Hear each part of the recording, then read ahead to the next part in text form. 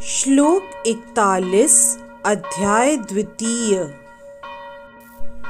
व्यवसायात्मिका बुद्धिर एकेह कुरु नंदन बहुशाखा ह्यनन्ताश्च बुद्ध्यो व्यवसायिनाम्। इस श्लोक में श्री कृष्ण अर्जुन को कहते हैं, जो ऐसे मार्ग पर चलते हैं जिसमें वे कर्मों के फल की चिंता किए बिना अपने मार्ग पर अग्रसर रहते हैं, वे प्रयोजन में दृढ़ रहते हैं और उनका लक्ष्य भी एक होता है। हे कुरुनंदन, जो दृढ़ प्रतिज्ञ नहीं है उनकी बुद्धि अनेक शाखाओं में विभक्त रहती है। इस श्लोक का तात्पर्य यह है कि यह दृढ़ श्रद्धा कि कृष्ण भावनामृत द्वारा मनुष्य जीवन की सर्वोच्च सिद्धि प्राप्त कर सकेगा, व्यवसायात्मिका बुद्धि कहलाती है। जब कोई कृष्ण भावनामृत के कार्यों में लगा रहता है तो उसे परिवार, मानवता या राष्ट्रीयता से बंध कर कार्य करने की आवश्यकता नहीं होती।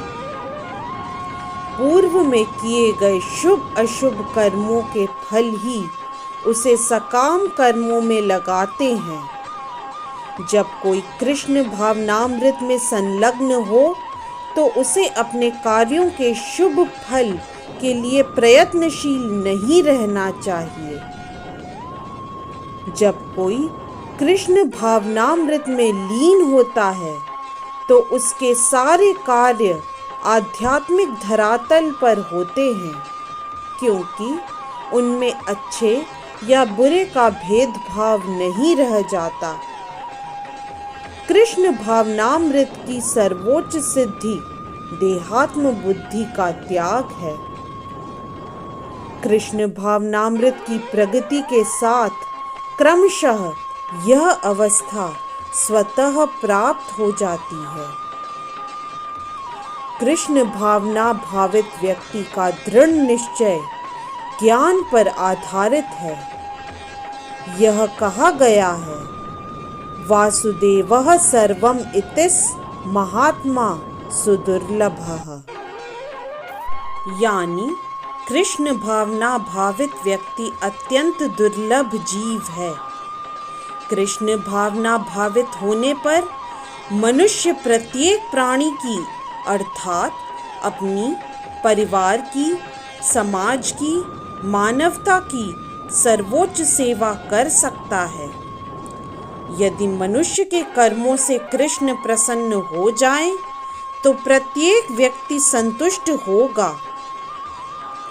कृष्ण भावनामृत में दक्ष होने के लिए मनुष्य को दृढ़ता से कर्म करना होगा और कृष्ण की आज्ञा का पालन करना होगा।